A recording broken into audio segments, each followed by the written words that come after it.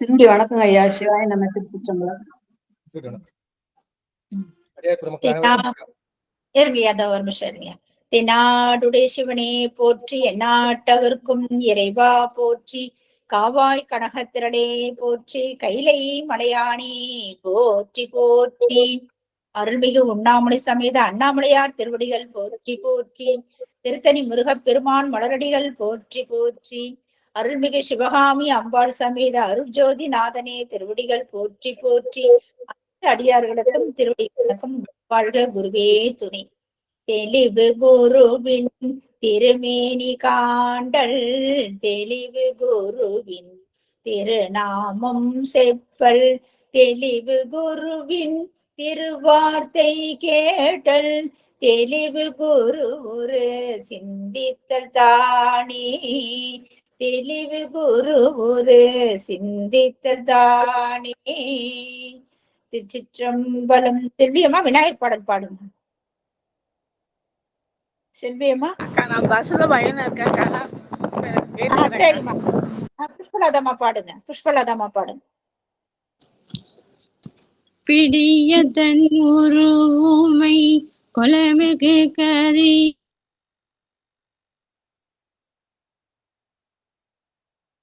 கேட்கல.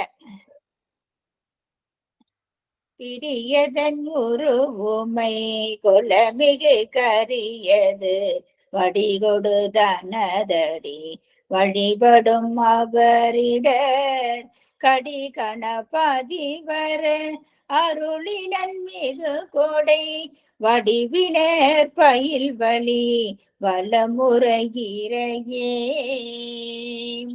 ஊழியர்கோன் வெப்பொழித்த புகழியர்கோன் கடல் போற்றி, ஆழிமிசை கல் மிதப்பில் அணித வீரானடி போற்றி, வாழி திருநாவலூர் வன் தொண்டர் பதம் போற்றி, ஊழிமணி திருவாத ஊரர் திருத்தாள் போற்றி போற்றி.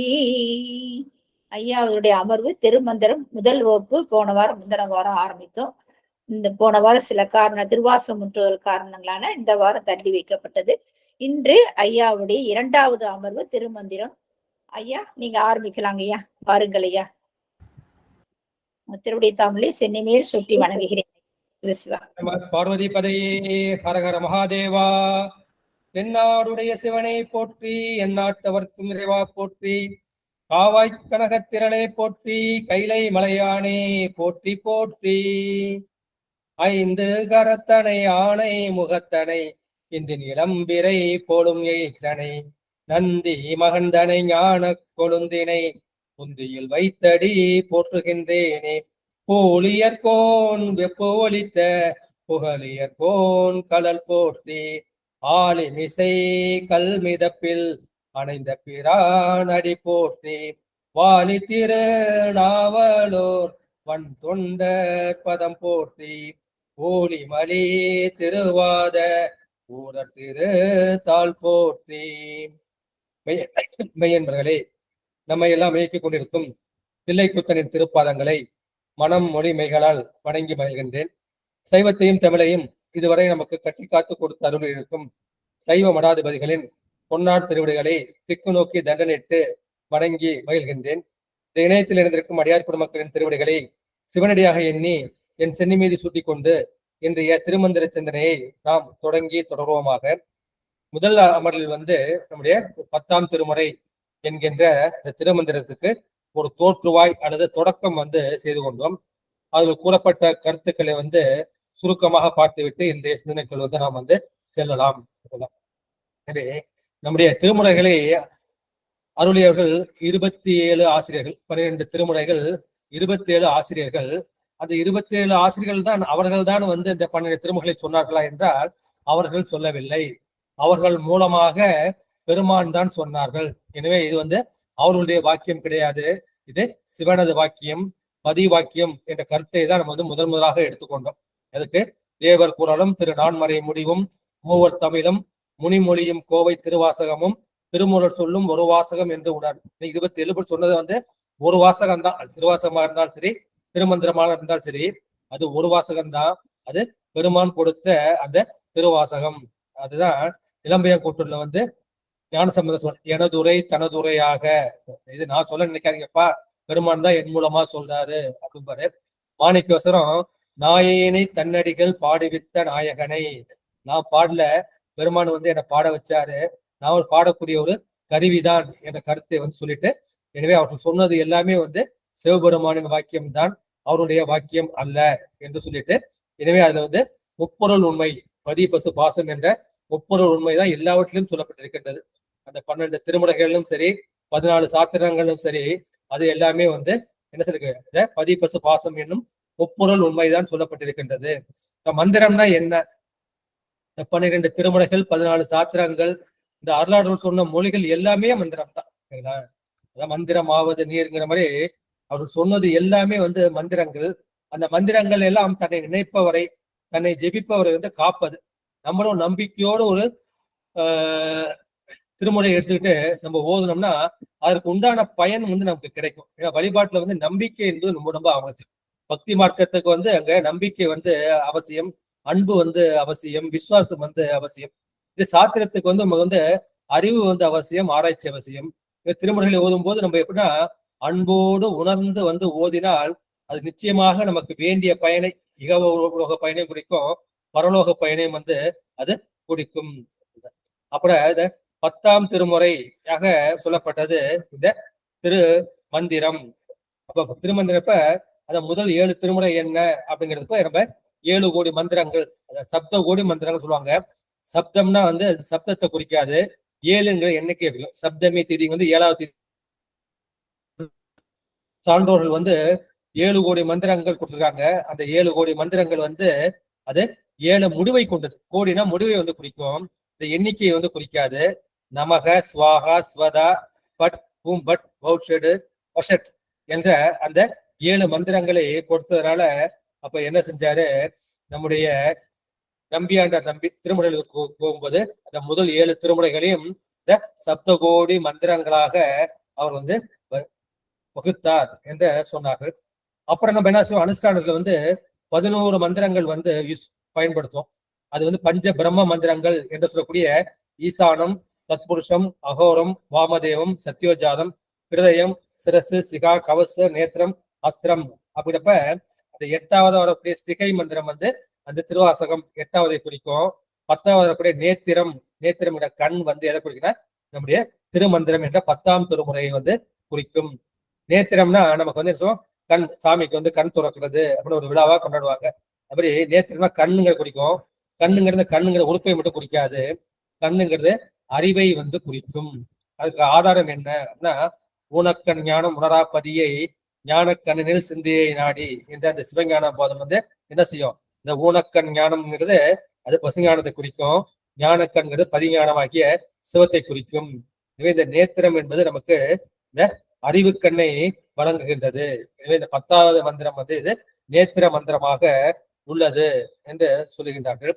அதுக்கப்புறம் நம்ம என்ன பார்த்தோம், அந்த பெரிய புராணத்தின் மூலம் எப்படி இந்த திருமலை என்ற சுந்தரநாதர் அவர் எப்படி வந்து இந்த மூலன் உடலில் வந்து புகுந்தார், மூலன் உடலில் புகுந்து அந்த திருவாடுதுறையில் அங்கே தங்கி என்ன செய்தார், யோகத்தில் அமர்ந்து அவர் வருடத்திற்கு ஒரு பாடலாக அவர் 3000 ஆண்டுகள் 3000 பாடல்களை செய்தார் என்பதை நம்ம செஞ்சோம். அதற்கு பிரமாணமாக ஒரு திருபந்தத்தை எடுத்துக்கணும். மூலன் உரை செய்த 3000 தமிழ் வட்டத்திற்கோட்டாக அவர் வந்து 3000 தமிழ் பாடல்களை பாடினார்கள். அப்புறம் மூலன் உரை செய்த 300 மந்திரம், அதுல 300 பாட்டுக்கு வந்து மந்திர சிறப்பு வந்து உடையது. அப்புறம் மூலன் உரை செய்த 30 உபதேசம், இந்த முதலாம் தந்திரத்துல 30 உபதேசம் இருக்கு.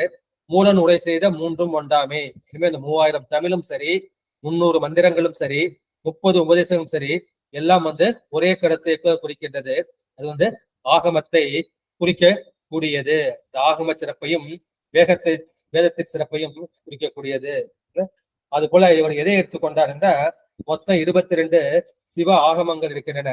அந்த 28 சிவ ஆகமங்களில் 9 சிவ ஆகமங்களில் இருந்து அவர் இந்த 9 தந்திரத்தை 232 தலைப்புகளில் இவர் எடுத்துக்கொண்டார் என்ற கருத்தை வந்து சொல்லிவிட்டு நம்ம என்ன பார்த்தோம் அப்படின்னா வந்து அந்த முதல் 2 பாடல்களை நாம் வந்து தொடங்கி கொண்டோம்.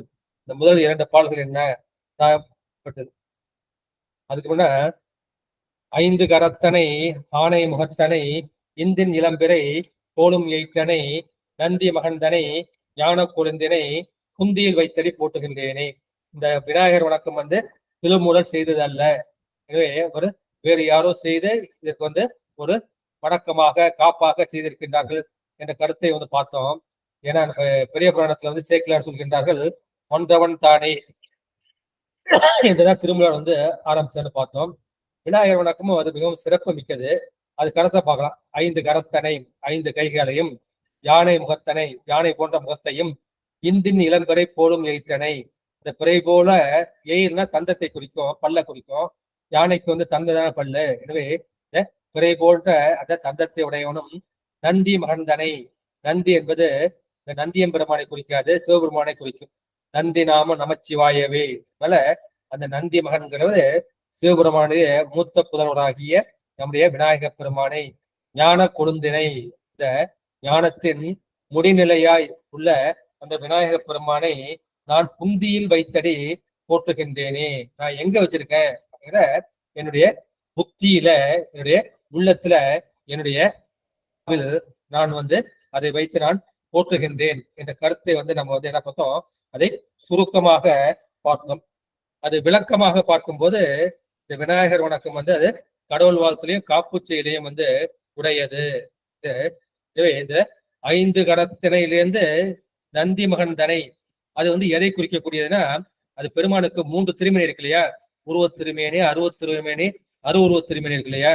இந்த ஐந்து கரத்தனை, யானை முகத்தனை, இந்தின் இளம்படை போலும் ஏற்றனை, நந்தி மகன் தனை, அதெல்லாம் விநாயகர் பெருமானுடைய உருவத் திருமேனியை குறிப்பது. ஞான கொழுந்தினை, ஞானத்துக்கு உருவம் உண்டா? ஞானத்துக்கு உருவம் கிடையாது, அது அருவம். எனவே அது அருவத் திருமேனியை குறிக்கும். அடி, அடி என்பது அது அருவுருவ திருமேனியை குறிக்கும். நம்முடைய ஆவுடையார் கோயில்ல கூட நம்முடைய மாணிக்கவாசர் இந்த பெருமானுடைய திருவடியை தான் ஸ்தாபனம் பண்ணியிருப்பாரு. அது அருவுருவ திருமேனியை குறிக்கும் என்ற கருத்தை பார்த்து பெருமானுடைய கடத்த இலக்கணமாகிய உருவம், அருவம், அருவுருவம் மூன்றையுமே இந்த பாடலில் குறிக்கின்றது என்று கூறுது.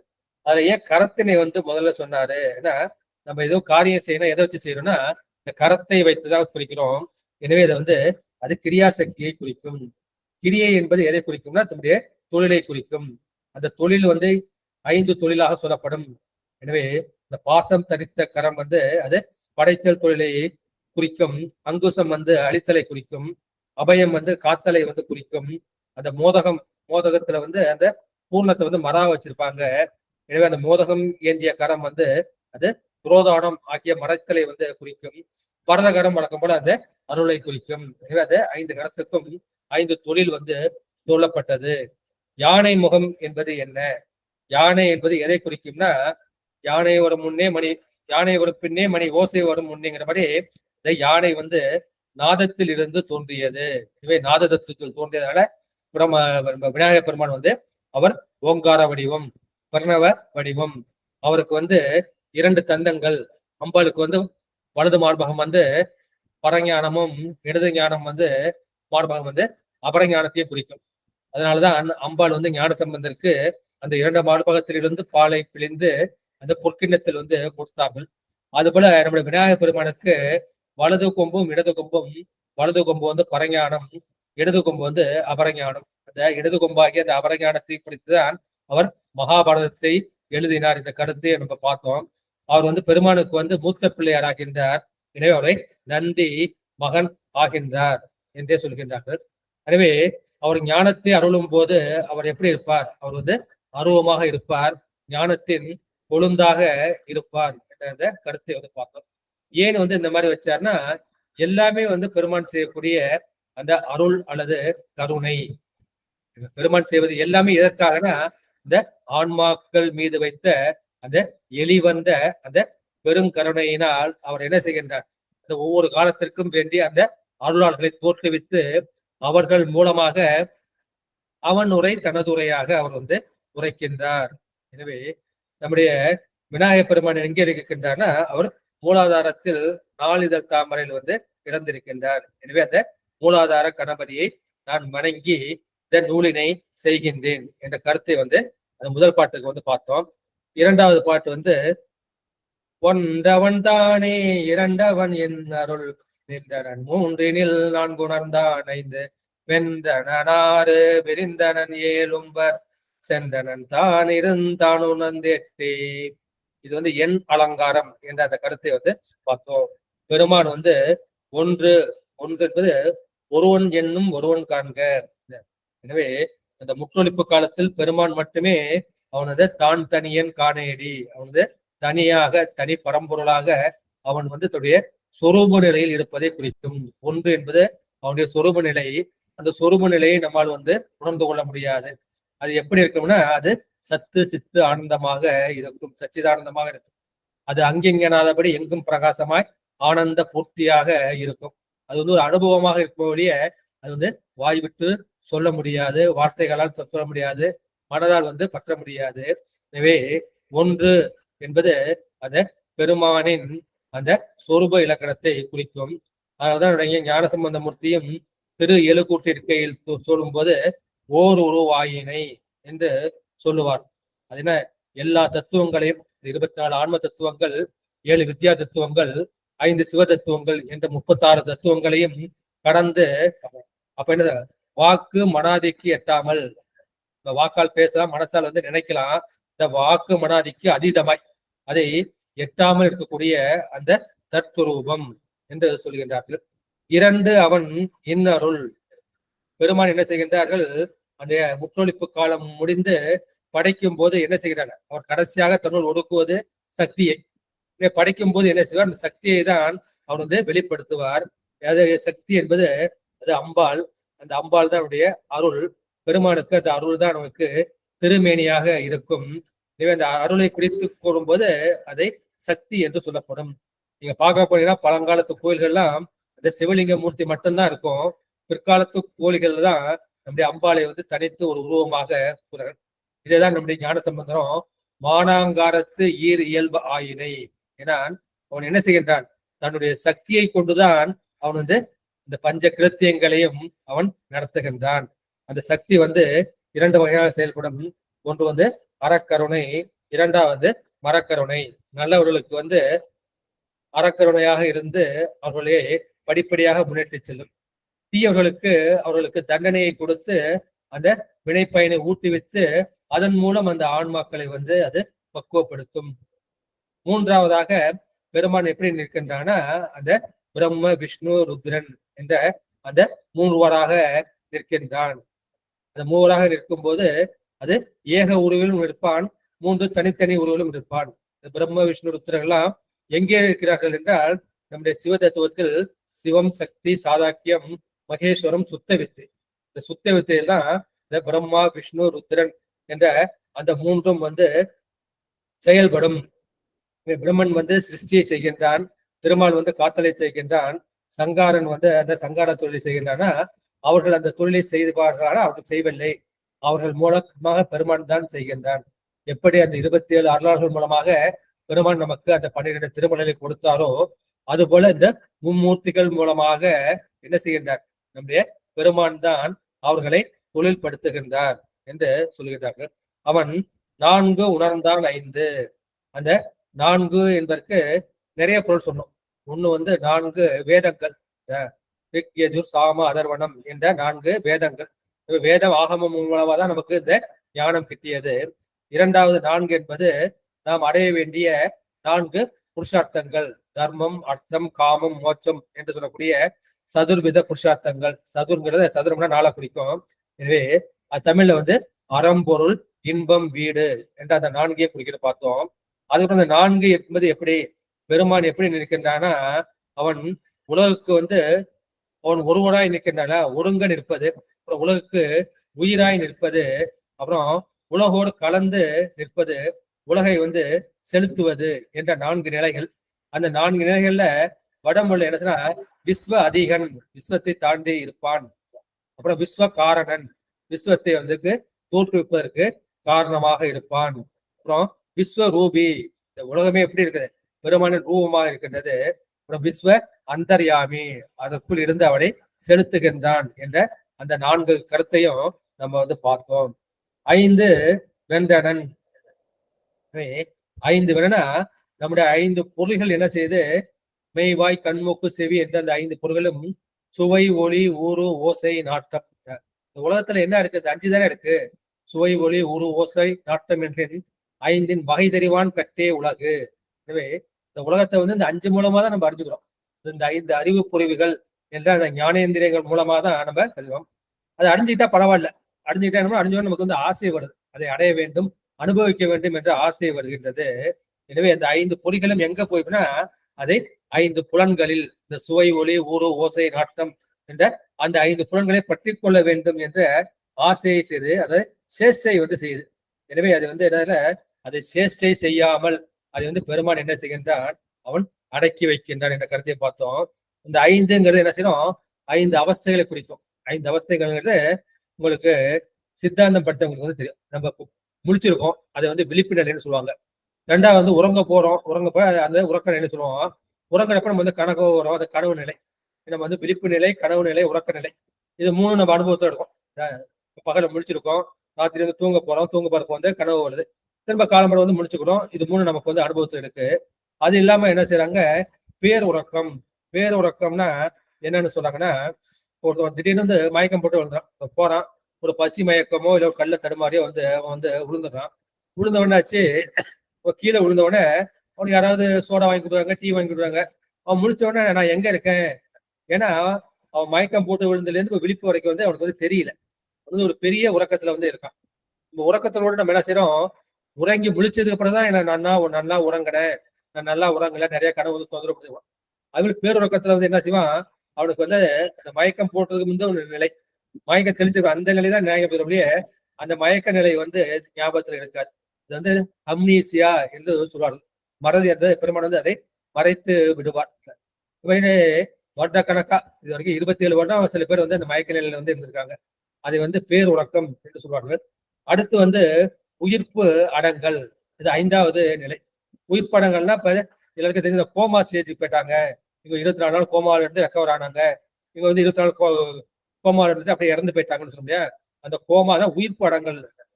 உயிர்ப்பு அடங்கல் அந்த பிராணவாயு ஓட தெரியாது. இந்த பிராணவாயு ஓடல் என்ன செய்யறாங்க? வென்டிலேட்டர்ல போட்டு அவங்களை ஆக்சிஜன் வச்சுக்கிறாங்க. இது வந்து இந்த 5 அவஸ்தையை வந்து குறிக்கும். அவன் வந்து 6 விரிந்தனன். 6 விரிந்தன்கிறப்ப நம்ம என்ன பார்த்தோம்? அந்த 6 ஆதாரங்கள், மூலாதாரம், சுவாதிஷ்டானம், மணிப்புரகம், அநாகதம், விசுத்தி, ஆக்ஞை என்ற 6 ஆதாரம். இதெல்லாம் ஆறாதாரம்.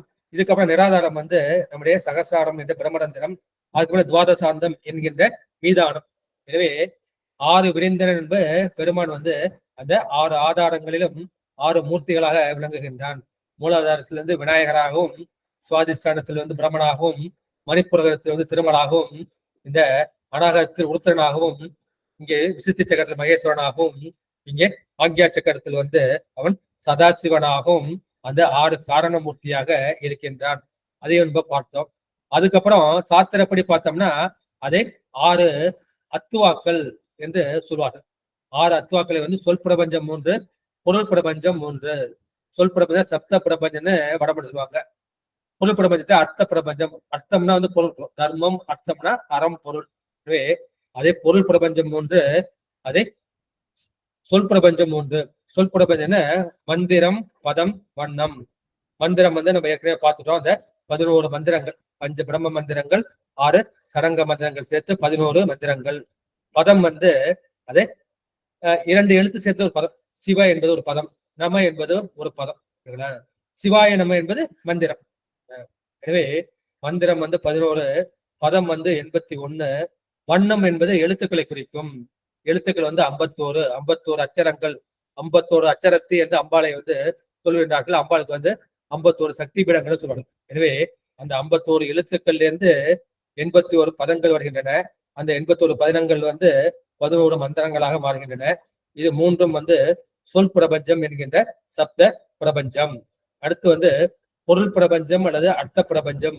அப்படின்னா அதுல என்னென்ன இருக்கு அப்படின்னா, உங்களுக்கு எல்லாருக்கும் தெரிஞ்ச அந்த 36 தத்துவங்கள். ஆன்ம தத்துவம் 24, வித்யா தத்துவம் 7, சிவதத்துவம் 5 ஆகிய அந்த 36 தத்துவங்கள். அந்த 36 தத்துவங்களிலும் அப்புறம் 224 புவனங்கள். இந்த பூலோகத்துல வந்து நம்ம வசிக்கின்றோம். இந்த பூலோகம் வந்து ஒரு உலகம். அது போல அது அண்டங்கள்ல ஒரு பகுதி. அது போல 224 புவனங்கள் இருக்கு. ஒவ்வொரு புவனத்திலையும் 1000 கோடி அண்டங்கள் வந்து இருக்கின்றன. எனவே அது மாதிரி புவனங்கள் வந்து 224, கலைகள் வந்து 5 கலைகள். இந்த 5 கலைகள் வந்து அனுஷ்டானம் செஞ்சவங்களுக்கு அல்லது சிவபூஜை செய்வதற்கு தெரியும். வந்து நிவர்த்தி கலை, பிரதிஷ்டா கலை, வித்யா கலை, சாந்தி கலை, சாந்திய அதீத கலை என்ற அந்த 5 கலைகள். எனவே இது வந்து பொருள் பிரபஞ்சமாக கூறப்படும். எனவே பெருமான் வந்து 6 ஆதாரங்களில் 6 மூர்த்திகளாக இருக்கின்றான். அதுபோல அவன் 6 அத்வாக்களாகவும், இந்த ஆன்மாக்கள் வந்து பெருமானை அடைவதற்கு இந்த 6 அத்வாக்களும் வழியாக இருக்கின்றன. நமக்கு மெயினா இருக்கிறது இந்த மந்திரம் வந்து நமக்கு எப்படி ஒரு வழியாக இருக்கின்றது. அதுபோல 7 உம்பர் சென்றனன். 7 உம்பர் என்பது 7 உலகத்தை வந்து குறிக்கும். அது என்னன்னா பூலோகம், போலோகம், சிவலோகம், மகாலோகம், ஜனலோகம், தபலோகம், சத்தியலோகம். அது வந்து காயத்ரி பூர் புவ சுவாக என்ற காயத்ரி மந்திரத்துல வந்து அவங்க வந்து சொல்லுவாங்க. இது வந்து வடமொழியில சொல்லக்கூடியது. நம்ம சொல்லக்கூடியது எது அப்படின்னா, நம்ம வந்து இந்த பிரம்மலோகம் அல்லது சத்தியலோகம் இருக்கு இல்லையா, அதை வந்து பிரம்மலோகம், அப்புறம் விஷ்ணுலோகம், அப்புறம் ருத்ரலோகம், அப்புறம் மகேஸ்வரலோகம், அப்புறம் சதாசிவலோகம், அப்புறம் சக்தி லோகம், அப்புறம் சிவலோகம் என்கின்ற அந்த 7 உலகங்களை வந்து குறிக்கும். படிப்படியாக என்ன செய்யணும், இந்த 7வது உலகமாக சிவலோகத்தை அடைந்து பெருமானோடு ஒன்று கலந்து சிவசாஜியத்தை படைக்க வேண்டும். அது 7 முறை கடக்க வேண்டும் என்று அந்த கடற்கை நமக்கு நான் ஆதாரம் சொன்னேன் இல்லையா, இந்த 7வது ஆதாரம் வந்து இந்த துவாதசாந்தம் என்று சொல்லக்கூடியது. இந்த துவாதசாந்தம் பெருமானை எங்க இருக்கிறனால இங்க வந்து அருவமா இருக்குன்னா அங்க வந்து பெருமானை இங்க இருக்கு. இதை கையை வந்து 12 உயர்த்தி நம்ம கும்பிடுறோம். அப்புறம் 8 உணர்ந்தான். பெருமான் வந்து எப்படி இருக்கின்றான், அவன் வந்து அஷ்டமூர்த்தியாக அவன் வந்து இருக்கின்றான் என்ற கருத்தை வந்து பார்த்தோம். அஷ்டமூர்த்தினா என்ன, அஷ்டம்னா 8, அஷ்டமின்னு சொல்ல இல்லையா, அப்படி அஷ்டமினா 8 குறிக்கும். பெருமான் வந்து 8 ரூபத்துல இருக்கான். அது 8 என்னன்னா அந்த பஞ்சபூதங்கள் வந்து 5, நிலம், நீர், நெருப்பு, காற்று, ஆகாயம் என்ற அந்த பஞ்சபூதங்கள். இந்த பஞ்சபூதங்களுக்கும் பஞ்சபூத தலங்கள் வந்து சொல்லப்பட்டிருக்கின்றது. சரிங்களா. நிலத்துக்கு அறிகுறியாக நமக்கு திருவாரூரும் அந்த காஞ்சியம் வந்து சொல்லப்படும். திருவாரூர் வந்து ஆண் சம்பந்தமான மண் தன்மையை கொண்டது, கச்சியகம் வந்து பெண் தன்மையுடைய மண் தன்மையுடையது. அதனாலதான் நம்முடைய சுந்தர பெருமான் என்ன செய்கின்றார், தன்னுடைய இடது கண்ணை பெறும்போது அங்க கச்சியகம் பெற்றது இடது கண்ணை பெற்றுகிறார். இடது பாகம் வந்து பெண் பாகம் இல்லையா, வலது கண்ணை வந்து திருவாரூர்ல வந்து பெற்றுக் கொள்வார். எனவே அந்த மண் தலமாக இருப்பது திருவாரூரும் அந்த காஞ்சியும். அப்புறம் நீராக இருப்பது திரு ஆனைக்கால், அனலாக நெருப்பாக இருப்பது நமக்கு அண்ணாமலை, காட்டாக இருப்பது வந்து காலத்தி, வெளியாக இருப்பது அது எங்க இருக்கு, அது சிதம்பரம். சிதம்பரத்துல பெருமானி சிதம்பரே அருவம் அருவுருவம் உருவம்னு இருக்கார் இல்லையா, அவர் உருவமாக இருப்பது நடராஜர், அருவுருவமாக இருப்பது மூலட்டானன். அருவமாக இருப்பதுன்னா அங்க சிதம்பர ரகசியம் அதை காமிப்பாங்க. அதுக்கு ஒரு தங்க வில்லுமாலை காமிச்சு அதுக்கு வந்து தீபாவளி காமிப்பாங்க. அங்க காமிக்கிறது வெளி. பெருமான் வந்து அங்க வெளியாக இருக்கின்றான். நம்ம பார்க்கக்கூடிய ஸ்தூல வெளி. பெருமான் எப்படி இருக்கின்றான்னா அவன் ஞான வெளியாக, ஞான ஆகாசமாக. அதான் சித்து கூட்டல் அம்பரம். சித்துனா அறிவு, அம்பரனா வெளி. ஞான ஆகாயமாக சிதம்பரமாக சிற்றம்பலமாக இருக்கின்றான். பார்த்து 5 பஞ்சபூதங்கள் வடிவில் இருக்கின்றான். அடுத்து பெருமானுக்கு வலதுகன் வந்து சூரியன், இடதுகன் வந்து சந்திரன். எனவே அவன் சூரியனாகவும் சந்திரனாகவும் இருக்கின்றான். அப்ப 5 கூட்டல் 2 7 ஆச்சு. அப்ப 8வது இருக்கான். இது எல்லாம் பெருமான் எதற்காக செய்கின்றான்னா எல்லாம் அந்த உயிர்களுக்காக தான் செய்கின்றான். இந்த பஞ்சபூதங்களை படைத்து சூரிய சந்திரங்களை படைத்தது எல்லாமே எதற்காக, இந்த 7 உலகங்களை படைத்தது எதற்காக, இந்த 6 ஆதாரங்களை படைத்தது எதற்காக, ஏன்னா அதுபோல 4 வேதங்களை வந்து படைத்தது எதற்காக, எல்லாமே எதற்காக, இந்த ஆன்மாக்களுக்காக. அது பெருமான் வந்து அந்த ஆன்மாக்களில் கலந்திருக்கின்றான். அதான் வந்து எஜமானன் என்று சொல்லக்கூடிய உயிர். எஜமான என்னை நான் நினைக்கிறேன் இல்லையா, நான் நினைச்சாலே வந்து எஜமானத்தன்மை, அந்த தலைமைத்தன்மை, அது வந்து கள்ளத்தலைமைன்னு சொல்லுவாங்க. அது உண்மையான தலைமை கிடையாது. உண்மையான தலைமை வந்து பெருமான் தான். நான் என்னை வந்து தலைமையா நினைச்சுக்கிட்டு இருக்கேன்.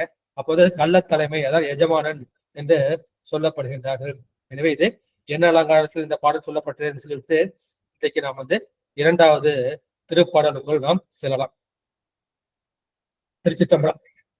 போற்றிசை திண்ணுயிர் மண்ணும் புனிதனை, நாட்டிசைக்கும் நல்ல மாதுக்கு நாதனை, மேற்றிசைக்குள் தென் திசைக்கொரு வேந்தனாம் போற்றுதைத்தானை யான் கூறுகின்றேனே. போற்றி. இப்ப வந்து உயிர்கள் வந்து எதற்காக வந்து பிறவி எடுத்திருக்கின்றோம், எதற்காக பெருமான் வந்து இந்த பிறவை வந்து கொடுத்து இருக்கின்றார்கள் என்றால் இந்த திரு அங்கமாலையில் நம்முடைய அப்பர் பெருமான் சொன்னது போல பெருமானை வந்து போற்றி துதிப்பதற்காக தான் இந்த பிறவியை வந்து கொடுக்கப்பட்டிருக்கின்றது. ஏன்னா இந்த பிராரப்த வினையை கழிக்கணும் இல்லையா? இந்த வினை பையனே ஒரு தேகம் கண்டாய், இந்த பிராரப்த வினையால் தான் நான் வந்து இந்த தேகத்தை வந்து எடுத்திருக்கின்றேன். இந்த வினை விழுந்து விட தேகம் வந்து விழுந்து விடும். அது கூட ஆகாமை இருந்தால் மறுபடியும் எனக்கு வந்து ஒரு பிறவை கிடைக்கும். ஆகாமியம்னா பெருமானோட வந்து நான் வந்து கலந்து விடுவேன். எனவே எனக்கு ஆகாமியம் சேரக்கூடாது. அப்புறம் என்ன செய்யணும்? நான் வழிபாடு செய்ய வேண்டும். வழிபாடு செய்வதற்கு மிகவும் எளிதான வழி என்ன? பெருமானுக்கு வந்து மலர் வச்சோ இல்ல பத்திரம் வச்சோ இலைகள் வச்சோ நம்ம வந்து போற்றிக்கணும். அதான் போற்றி திருவகல் படுத்தாரு, போற்றி திருத்தாண்டகம் வந்து நமக்கு கொடுத்தார்கள். பெருமானை எந்த வகையிலாகவும் வந்து வந்து போற்றி, அது மாதிரி ஈசா போற்றி எந்தாய் போற்றிங்க மாதிரி போற்றி இசைத்து, இசைக்குங்கிறத வழிபாடு வந்து குறிக்கும். எனவே பெருமான் வந்து இந்த உயிரை வந்து உடம்புக்குள் எதற்காக படைத்தார் என்றால் போற்றி இசைத்து. உயிரோட முக்கியமான வேலை என்ன? பெருமானை வந்து போற்ற வேண்டும். நமச்சிவாய போற்றி, போற்றியும் நமச்சிவாயே பயங்கனே மயங்குகின்றேன். அது மாதிரி போற்றி என்று கொள்ளக்கூடிய இந்த இன்னுயிர், அந்த உயிர் தான் இன்னுயிர். அதான் வந்து இனிமையான உயிர். அதான் உயிருக்கு இனிமையை குடிக்கக்கூடியது இந்த நமச்சிவாய போற்றி. எனவே போற்றி இசைத்து இன்னுயிர் மண்ணும். அப்பற்பட்ட அந்த உயிர்ல வந்து பெருமான் கலந்திருப்பது அந்த உயிருக்கு வந்து தெரியும். பெருமான் வந்து எல்லா உயிர்களிலும் எல்லா இடங்களிலும் நீக்கமர நிறைந்து இருக்கின்றான். அவன் இல்லாத இடமே இல்லை. அவன் வந்து சர்வ வியாபி. ஆனா எனக்கு வந்து அது தெரியவில்லை. பெருமான் இருப்பது எனக்கு தெரியவில்லை. எந்தே ஈசா உடலிடம் கொண்டாய் யான் இதற்கிலன் ஓர் கைமாறு. அவர் உடல்ல கலந்திருப்பது மாணிக்கவாச பெருமானுக்கு தெரியுது. எனக்கு இந்த மருதப்பனுக்கு வந்து தெரியவில்லை. அப்ப நான் என்ன செய்யறேன்? பெருமானை வந்து போற்ற வேண்டும். போற்ற வந்து அவனுக்கு அந்நியமாக கோயில் இருக்கான்னு நினைச்சிருக்கேன். அவன் அந்நியமாக இல்லாமல் என்னுடைய உயிரிலே எப்படி இருக்கான்? அவன் உமைப்பொழுதும் நீங்காமல் அவன் கலந்து இருக்கின்றான் என்பதை அப்பொழுது நான் வழிபாடு செய்ய செய்ய பெருமான் எனக்குள் இருப்பதை, என் உயிருக்குள் நிலைத்து இருப்பதை அப்பொழுது நான் உருவேன். அப்பொழுது போற்றி இசைத்து இன்னுயிர் மண்ணும் புனிதனை. பெருமான் எப்பேற்பட்டவன்? அவன் வந்து புனிதவன், அவன் வந்து தூய்மையானவன். ஏன் தூய்மையான? அவன் வந்து மலங்கள் வந்து அவனை வந்து நெருங்க முடியாது. பதியினை சென்று அணுகா பசு பாசம். இந்த பேரொழியை வந்து இருள் போய் கலக்க முடியுமா? பேரொழி தோணாலே இருள் வந்து அடங்கி விடும் இல்லையா? அதுபோல பெருமானிடம் வந்து அவன் அமலன் விமலன், அது மாதிரி விமலன் நம்ம சொல்ல இல்லையா? அவன் வந்து இன்னுயிர்ங்கிற புனிதனாக இருக்கின்றான். அவன் தான் வந்து தூயவனாக இருக்கின்றான். அவன் தான் வந்து நல்லவனாக நன்மை மட்டும் நிறைந்தவனாக இருக்கின்றான். அதான் நன்றுடையானை தீயது இல்லானை, நரைவேலு ஒன்றுடையானை, சிராப்பள்ளி குன்றுடையானை என்று நம்முடைய ஞானசம்பந்தர் பாடுவார் இல்லையா? பெருமான் வந்து புனிதனாக தூயவனாக இருக்கின்றான். எனவே அவன் இந்த உயிர்கள் நிலைத்திருக்கின்ற அந்த புனிதனை, இன்னுயிரை இடமாக கொண்டு நிலை பெற்ற அந்த புனிதனாகிய சிவபெருமானை, நாட்டிசைக்கும் நல்ல மாதுக்கு நாதனை. பெருமான் வந்து எப்படின்னா நாட்டிசைக்கும் தலைவனாக இருக்கின்றான். இந்த உலகத்தை நம்ம எப்படி சொல்லுவோம்? இந்த திசைகளை வச்சுதான் சொல்லுவோம். நமக்கு ஆரம்பத்துல சொன்னது வந்து 4 திசைகள், கிழக்கு மேற்கு தெற்கு வடக்கு. அப்புறம் கோண திசைகள் 4 சேர்த்து அது வந்து 8 திசைகள் ஆகும். அப்புறம் என்ன செய்வோம்? மேல் திசை கீழ் திசை. நம்ம என்ன பண்ணுவோம்? நம்ம அனுஷ்டானம் முடிச்சுட்டு இந்த திக்வந்தனம் என்று என்ன செய்வோம்? நம்ம வந்து அழைப்போம். கிழக்கு வந்து இந்திராய நமக, அப்புறம் அக்னிய நமக, யமாய நமக, நிருதய நமக, வர்ணாய நமக, வாயவே நமக, குபேராய நமக, ஈசானாய நமக. ஈசானம் வந்து அது 8வது திசை, வடகிழக்கு திசையில வந்து நம்ம முடிப்போம். முடிச்சோட மேல என்னப்போம்? பிரம்மாய நமக. பிரம்மா வந்து அண்ணன் பலம். கீழே வந்து விஷ்ணுவே நமக. 10 திசைகள். இந்த 10 திசைகளும் 10 அஷ்டதிக் பாலகர்களும் இந்த பிரம்மனும் திருமணம் இருக்கிறார்கள். அவர்களுக்கு நம்ம வந்து வணக்கம் சொல்லிவிட்டு அப்புறம் சொன்னார் நாட்டிசைகளாகவும் இருப்பது பெருமான் தான். பெருமானுக்கு தான் இந்த திசைகள்லாம் ஆடையாக இருக்கின்றன. எனவே பெருமானை வந்து திகம்பரன், திக்கு அம்பரன், திசைகள் தான் நமக்கு ஆடையாக இருக்கின்றது. அவனை திகம்பரன் என்றும் சொல்வார்கள், நக்கன் என்றும் சொல்வார்கள். எனவே நாட்டிசைக்கும் நல்ல மாதுக்கு நாயனை. நல்ல மாது என்பது யாரை குறிக்கும் என்பது நம்முடைய அம்பாளை தான் வந்து குறிக்கும். இதுதான் என்ன செய்வார்? அவரை அந்த அம்பாளுக்கு, அந்த உமாதேவிக்கு நாதனை, அவனு உமாபதையே பசுபதையே நமோ நமக. இந்த உமாபதினா உமைக்கு கணவன், பசுபதினா பசுக்களுக்கு வந்து தலைவன். எனவே இந்த உமாதேவிக்கும் பசுக்களுக்கும் நாயகனாக இருக்கக்கூடிய அந்த சிவபெருமானை.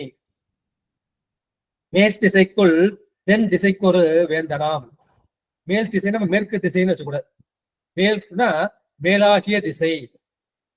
எனவே அந்த மேலாகிய திசை, இந்த மேலாகிய திசை எல்லா திசையுமே மேலானதுதான். அது வந்து வடகிழக்கு திசை வந்து மிகவும் மேலானது. அது மாதிரி அந்த அஷ்ட திக்கு பகர்ல அவனுக்கு ஒருவன். மேற்திசைக்குள் தென் திசைக்கு ஒரு நாதனாம். நான் சொன்ன இப்ப கிழக்கு வந்து இந்திரன் சொல்லிட்டு, தென்கிழக்கு அக்னி சொன்னேன், தெற்குக்கு வந்து யமன் சொன்ன இல்லையா. அப்படி தெற்கு திசைக்கு அதுக்கு தலைவன் யார்? அதுக்கு தலைவன், அதுக்கு மன்னவனாக இருப்பது யாருன்னா அந்த கூற்றுவன். அந்த கூற்றுவனாகிய அந்த யமனை உதைத்தானை, இந்த மார்க்கண்டேயருக்காக உதைத்தானை யான் கூறுகின்றேனே. நான் வந்து கூறுகின்றேன, பெருமானை நான் புகழ்ந்து கூறுகின்றேன் என்று சொல்கின்றார்கள். எனவே பெருமான் வந்து முதல் பாட்டுல என்ன சொல்றாரு? போற்று இசைத்து இன்னுயிர் மண்ணும் புனிதனை. பெருமானை வந்து நம்ம எங்க போற்ற வேண்டும்னா நம்முடைய இதய தாமரையில் வந்து போற்ற வேண்டும். பெருமானை வழிபடக்கூடிய தானங்கள் வந்து சித்தாந்தத்துல 3 இடங்கள் சொல்வார். ஒண்ணு வந்து அந்த மணிப்பூரகம் என்ற தொப்புள், அது வந்து ஹோமஸ்தானம் என்று சொல்வார்கள்.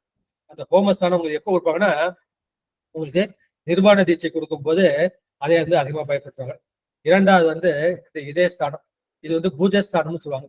பூஜஸ்தானம் பெருமான் வந்து ஒரு தாமரை பூ இருக்கிறது, அதுக்கு 8 இதழ்கள் இருக்கின்றன. அந்த 8 இதழ்கள் எப்படின்னா அப்படி கீழ் நோக்கி வந்து இருக்கும். நம்ம வழிபாடு செய்ய கூம்பி போயிருக்கோம். வழிபாடு செய்யற விஷயம் அதுக்கு வந்து வளரும். எனவே பெருமான் வந்து இந்த அகத்தாமரையில், இதய தாமரையில், உள்ள தாமரையில் வந்து அவன் வந்து அந்த இருக்கின்றான். அப்படி இருக்கிறான். அந்த உயிரை வந்து இடமாக கொண்டு இருக்கின்றான். எனவே இந்த இதய தாமரையில் இருக்கின்ற அந்த உயிரில் வந்து அவன் உறைபவன். அதான் வந்து முதல் வரிக்கு அர்த்தம். இரண்டாவது வந்து நாற்றிசை என்பது 4 திசைகளுடைய இந்த உலகத்தை வந்து குறிக்கும். அவன் என்ன செய்யறான்? அவன் வந்து உலகங்களுக்கெல்லாம் தலைவன். அந்த உலகங்கள்லாம் என்ன தலைவன் என்ன செய்யறான்? அவன் தலைவன் ஒரு தலைவி வேண்டும் இல்லையா? அந்த தலைவியாகிய அந்த உமா என்கின்ற அந்த அம்பாளை மூலமாக தான் இந்த உலகத்தை வந்து இயக்குகின்றான். அப்பேற்பட்டவன் என்ன செய்கின்றான்? அவன் அடியவர்களை வந்து இந்த யமன் வந்து கொல்ல வந்தால் அப்ப என்ன செய்வான்? பெருமான் வந்து அவர்களை என்னுடைய அடியவனை நீ கவரக்கூடாது என்று அந்த இடது காலால் வந்து பெருமான் வந்து உதைப்பான். எனவே நான் என்ன செய்கின்றேன்? எனக்கு வந்து இது புரிஞ்சிடுச்சு. நான் என்ன செய்றேன்? பெருமான் என்ற உயிரில் இருப்பது எனக்கு தெரிகிறது, இந்த உலகத்தில் இருப்பது எனக்கு தெரிகிறது, என் இதய தாமரையில் இருப்பது எனக்கு தெரிகின்றது, அம்பாளுக்கு நாயகனாக இருப்பது எனக்கு தெரிகின்றது, அவன் தான் என்னை 3000 ஆண்டு வாழ வைத்ததும் அவன் தான் என்று தெரிகின்றது. எனவே நான் என்ன செய்கின்றேன்? நான் அவனை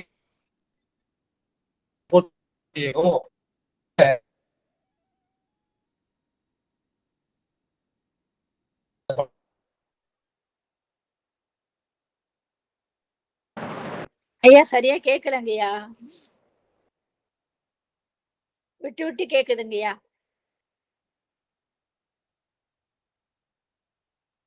ஐயா கேட்கல. எங்களுக்கு கூட கேட்கல. ஐயாவுக்கு நெட்டு சரியில்லை. கடைசியிலே கொஞ்சம் விட்டு விட்டு தான் கேட்டுச்சு, இப்ப சுத்தமா கேட்கல.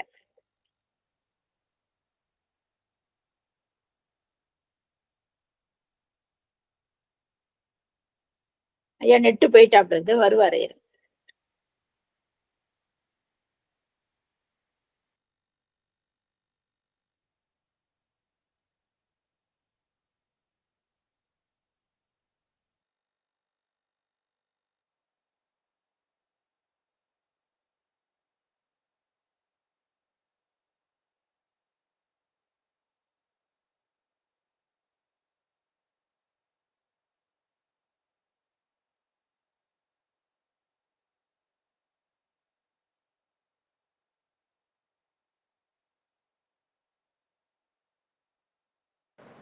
கேட்கலங்க சாமி. ஐயா ஐயா வெளியில போயிட்டு வாங்கல.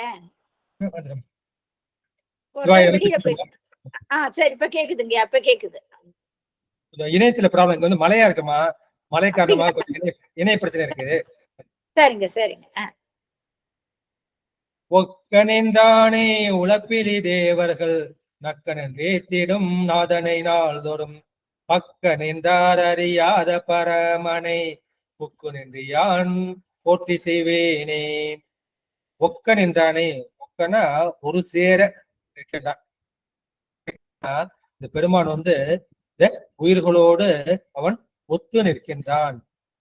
எனவே அவன் ஆன்மாக்களுடன் பிரியாமல் உடன் நிற்கின்றான். இந்த உயிர்களுக்கு வந்து உடனாய் நிற்கின்றான் என்ற கருத்தை வந்து பார்க்கலாம்.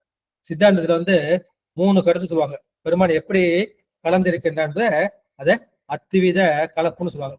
அத்திவிதா அவன் வந்து உயிர்களோடு ஒன்றாய் வேறாய் உடனாய் வந்து கலந்திருக்கின்றான். இதை வந்து அத்திவித கலப்புன்னு சொல்லுவாங்க. அம்பாலோடு வந்து எப்படின்னா அவன் தாதான்மை சம்பந்தம். அம்பாள் வேற அவன் வேற கிடையாது. இரண்டும் வந்து ஒரே பொருள். ஒரு நாணயத்தின் 2 பக்கங்கள். அந்த சம்பந்தம் வந்து தாதான்மிய சம்பந்தம். ஒரே தன்மையான பொருள் சேர்ந்திருப்பது தாதான்மிய சம்பந்தம். இது வந்து 2 வேறுபட்ட பொருள். இந்த ஆன்மா வந்து சிற்றடி உடையது, பெருமான் வந்து பேரர் உடையவன். அது மாதிரி 2 வேறுபட்ட பொருளோடு கலந்த போது பெருமான் வந்து கலப்பினால் ஒன்றாய் கலந்திருக்கின்றான். பொருள் தன்மையால் வேறாய். பெருமான் வந்து அவனும் அறிவு பொருள் தான், இந்த ஆன்மாவும் வந்து அறிவு பொருள் தான். அறிவிக்கக்கூடிய பொருள். பெருமான் வந்து அறிவித்தால்தான் என்னால் வந்து அறிய முடியும். பெருமான் வந்து என்னை பேசு என்று சொன்னால்தான் என்னால் வந்து பேச முடியும். பெருமான் வந்து செலுத்தினால்தான் என்னை வந்து செலுத்த முடியும். அவன் வந்து தலைவன், நான் வந்து அடிமை. அவன் வந்து என்னை செலுத்துகின்றான். அவன் வந்து பொருள் தன்மையால் வேறாக இருக்கின்றான், செலுத்தும் தன்மையால் உடனாக இருக்கின்றான். இதே பெருமான் எப்படி இருக்கிறான்? இந்த ஆன்மாக்களோடு கலப்பினால் ஒன்றாய் பொருள் தன்மையால் வேறாய் செலுத்தும் தன்மையால் உடனாய் நின்று அந்த ஆன்மாக்களுக்கு உணர்த்துகின்றான். என்ன செய்கிறான்? இந்த ஜட உலகத்தையும் இந்த பிரபஞ்சத்தையும் தன்னையும் அவன் வந்து உணர்த்துகின்றான். உழப்பிலி தேவர்கள். உழப்புங்கிறதா அழிவை வந்து குறிக்கும். அதை வந்து நம்ம பார்க்கலாம். மரம்னா மரணம், அமரம்னா மரணம் இல்லாதது. இந்த அமரம், இந்த மரணத்தை இல்லாம கொடுத்ததான் அமுதம் என்று சொல்லக்கூடும். நமக்கு எல்லாம் தெரிஞ்ச அதுதான். அமரர் இடர் தீர அமரம் புரிந்த குமரன் அடி நெஞ்சே குறி. அமரர்னா அந்த அமுதத்தை உண்டதால் நீண்ட நாள் வாழ்பவர்கள். அழிவு கிடையாதுல, நீண்ட நாள் வாழக்கூடியும். அவர்கள் வந்து உபச்சாரமாக அழிவு இல்லாத தேவர்கள். உழப்பிலி தேவர்கள்னா அழிவு இல்லாத தேவர்கள். ஏன்னா அவர்கள் வந்து அமுதத்தை உண்டு இருக்கின்றார்கள். எனவே அந்த உழப்பிலி தேவர்கள் அவர்கள் எப்படி பெருமானை போற்றுகின்றார்கள்? நக்கன் என்று ஏத்திடும் நாதனை. நக்கன், நக்கன் என்பது இந்த நிர்வாணத்தை வந்து குறிக்கும். பெருமான் வந்து அங்கிங்கனாதபடி எங்கும் பிரகாசமாய் சர்வ வியாபகமா இருக்கின்றான. அவனுக்கு அந்நியமாக வந்து எதுவுமே கிடையாது. எனவே அவன் வந்து நிர்வாணமாக நக்கம்பாடியில் சொல்ல மாதிரி இருக்கும். நக்கன் என்பது அவன் பெருமான் வந்து ஆடை இல்லாமல் திகம்பரனாக இருப்பதை வந்து குறிக்கும். திகம்பரம் பெருமானுக்கு இந்த திசைகள் தான் ஆடைகளாக இருக்கின்றன. எனவே அவர் வந்து நக்கன் என்று அவர்கள் வந்து நக்கன் என்பது அவருடைய சர்வ வியாபகத்தை குறிக்கும். அவன் வந்து அங்கிங்கனாதபடி எங்கும் நீக்கமர நிறைந்திருப்பதை அவன் குறிக்கும். எனவே ஒக்கன் என்றானே உழப்பிலி தேவர்கள் நக்கன் என்று ஏத்திடும் நாதனை நாள்தோறும் பக்கன் என்றார் அறியாத பரமனை. பெருமானோடு பக்கத்திலேயே 2 பேர் நிக்கிறாங்க. அது யார் நிக்கிறாங்க அப்படின்னா, ஒருத்தர் வந்து நாராயணனுக்கு வந்து பெருமான் என்ன செய்கின்றார்கள்? தன்னுடைய இடபாகத்தையே கொடுத்து சங்கர நாராயணன், இந்த சங்கரன் கோயில வந்து இடபாகத்தையே வந்து ஒரு பெற்றிருப்பார். அரியலால் தேவி இல்லை ஐயன் ஐயாரான இருக்கே. இந்த ஐயாட்டு தளத்துல கூட அப்ப என்ன பாக்குறாருன்னா, அந்த அரியை தான் வந்து தேவியாக பார்க்கின்றார்கள். பெருமானுக்கு அவன் பக்கமாக இடது பக்கத்தில் வந்து நிற்கின்றான். பெருமானை வந்து திரிமூர்த்தி வடிவம்னு சொல்லுவாங்க. திரிமூர்த்தி வடிவம்னா பெருமான் ஏற்கனவே சொன்ன மாதிரி பிரம்மா, ருத்ரன், விஷ்ணு என்று சொல்லுகிறது. இந்த ருத்ரன் வந்து சிவாம்சமாக சொல்லப்படும். அது மாதிரி சொல்லப்ப ஏகபாத மூர்த்திமாக அந்த 3 பேர் என்ன செய்வார்கள்? ஒரே பாதத்தில் இருக்கக்கூடிய ஏகபாத திருமூர்த்தி. இப்ப நடுவுல வந்து என்ன இருப்பாரு? பெருமான் இருப்பார். ஒரு பக்கம் வந்து திருமால் இருப்பாரு, இன்னொரு பக்கம் வந்து பிரம்மன் இருப்பார். அது மாதிரி அவங்க 2 பேரும் என்ன செய்யறாங்க? பக்கத்துலதான் இருக்காங்க. பெருமான் பக்கத்திலே இருக்கார்கள். அது மாதிரி படைத்தல் காத்தலை வந்து செய்யறாங்க. பக்கத்துல இருந்தும் பக்க நின்றார் அறியாத பரமனை. அப்பேற்பட்ட பக்கத்துல இருந்தும் என்ன செய்யறோம்? நம்ம வந்து அந்த பெருமானை அவர்கள் வந்து அணைய முடியவில்லை. இதற்கு என்ன சொல்றாங்கன்னா, ஒரு தாமரை பூ இருக்கு. அந்த தாமரை பூ வந்து தடாகத்துல வளர்ந்துருக்கு. அங்க ஒரு தவளை இருக்கு. அந்த தவளைக்கு வந்து அந்த தாமரையோட மனம் வந்து தெரியுமா? ஒரே வாசம் வந்து தெரியுமா? இந்த தேனை வந்து சாப்பிட முடியுமா? அப்படின்னா வந்து தேனை சாப்பிடாது. அங்குள்ள பூச்சி புழுவதான் வந்து சாப்பிட்டு. இவர்கள் வந்து உயிர் வர்க்கத்தை சார்ந்து அந்த அதிகார போகத்தை வந்து விரும்பி இருப்பதனால அவர்களால் அதை பார்க்க முடியவில்லை. பக்க நின்றார் அறியாத பரமனை. இதான் அடிமுடி தேடிய படலமாக சொல்லப்படுகின்றது. அடியும் முடியும் தேட முடியாத அந்த பரமனை புக்கு நின்று உண்ணி யான் போற்றுகின்றேனே. பெருமானை பார்க்கணும் என்ன செய்யணும்? முதல் ஏற்கனவே பார்த்துருக்கோம். எதுல பார்த்துருக்கோம்? பெரிய புராணத்துல பார்த்துருக்கோம். பெரிய புராணத்துல என்ன பண்ணுவாரு? திருமால் வந்து கருணை விட்டுட்டு இந்த அணுக்கன் வாசல காத்துக்கிட்டு இருப்பாரு. பிரம்மன் என்ன செய்வாரு? அந்த அன்னத்தை விட்டு விட்டு அந்த அணுக்கன் வாசல்ல காத்துக்கிட்டு இருப்பாரு. சிவபெருமான் எப்ப கூப்பிடுவாரு, எப்ப கூப்பிடுவாருன்னுட்டு அந்த பெரிய தேவர்கள் அந்த திருமால், பிரம்மன் போன்ற பெரிய தேவர்கள் எல்லாம் இந்த திரு அணுக்கன் வாயிலே காத்து கிடக்கின்றார்கள். காத்து கிடந்தும் பெருமானை வந்து தரிசித்துக் கொண்டிருக்கின்றார்கள். பெருமானை வந்து என்ன செய்யறார்கள்? பூஜித்துக் கொண்டிருக்கிறார்கள். நான்முகன் பூஜித்ததுதான் இந்த பிரம்மபுரம் என்கின்ற சீர்காழி. அது மாதிரி தன்னுடைய கண்ணையை இடந்து அந்த ஆழி சக்கரத்தை பெற்றவரது திருமால், அது திருவில்லிமலை. அது மாதிரி பெருமானை பூஜை செய்திருக்கின்றார்கள். அந்த மாதிரி செய்தும் பெருமானுடைய அந்த சொரூப இலக்கணத்தை, அந்த உண்மை இயல்பத்தை அவர்கள் தெரிய மாட்டார்கள்.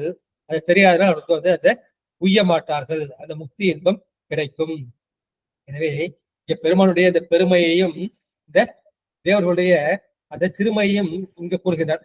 அப்பேற்பட்டவர்களே நான் என்ன செய்கின்றேன்? நான் புக்கு, நான் என்ன செஞ்சேன்? இந்த திருவாரூரைக்கு போனேன். திருவாரூர் போய் இந்த மாசிலாமணி தேவர்கள் இல்லையா, அவருக்கு பின்னாடி புகுந்து அவருடைய திருமுன் நான் புகுந்து நின்று அவருக்கு முன்னால் நின்று நான் வந்து அவரை பிரியாமல் நின்று என் உயிரால் பிரியாமல் இருப்பதை நான் உணர்ந்து பிரியாது இருப்பதை நின்று உன்னினா மனத்தால் வந்து நினைப்பது. ஏன்னா மனத்தால் தியானித்து நான் என்ன செய்றேன்? வருஷத்துக்கு ஒரு முறை தியானித்து ஒரு மந்திரம் வந்து நான் ஏற்றுகின்றேன். பெருமானுக்கு வந்து புக்கு நின்று உண்ணி யான் போற்றி செய்வேனே. நான் என்ன செய்றேன்? பெருமானை நான் தியானித்து போற்றுவேன் என்று சொல்கின்றார்கள். பெருமானை எப்படி போற்ற வேண்டும் என்ற கருத்தை வந்து இந்த பாடல வந்து சொல்லியிருக்கின்றார்கள். அடுத்த பாடல், அகலிடத்தார்மையை அண்டத்து வித்தை புகலிடத்தெந்தனை போதவிட்டானை பகலிடத்தும் இரவும் பணிந்தேத்தி இகலிடத்தே இருள் நீங்கி நின்றேனே. இந்த மாதிரி நான் வந்து போன பாட்டுல பெருமானுக்கு திருமுன் புகுந்து அவரை பிரியாது நின்று தியானித்து போற்றினேன். அந்த போற்றதுனால எனக்கு வந்து என்ன பயன் கிடைச்சது, அதை பெருமானை போற்றக்கூடிய உபாயம் வந்து என்ன என்பதை இந்த பாட்டுல வந்து சொல்கின்றார்கள். அகலிடத்தார், இந்த உலகம் அகன்று இருக்கு இல்லையா, 24 மைலம் சுற்றளவு உடையது. இது போல பல உலகங்கள் இருக்கின்றன, பல பவுனங்கள் இருக்கின்றன. அது போல அகல் இடம் என்பது இந்த அகன்ற உலகத்தை வந்து குறிக்கும். ஆறுதல் தான் நிறைந்துள்ளது.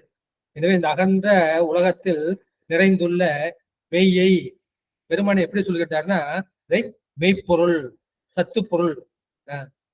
பெருமான் தான் மெய்ப்பொருள். மெய்யே உன் பொன்னடிகள் கண்டு இன்று வீடு உற்றேன். பெருமானை எப்படி கூட மெய்யேன்னு கூப்பிடுறார். பெருமான் ஒருவர் தான் உண்மை, மற்றது எல்லாமே வந்து பொய். ஏன்னா பொய்யாயினை எல்லாம் போயகல வந்தருளி போதை என்றனை பூந்து நோக்கவும் என்று சொல்வார்கள்.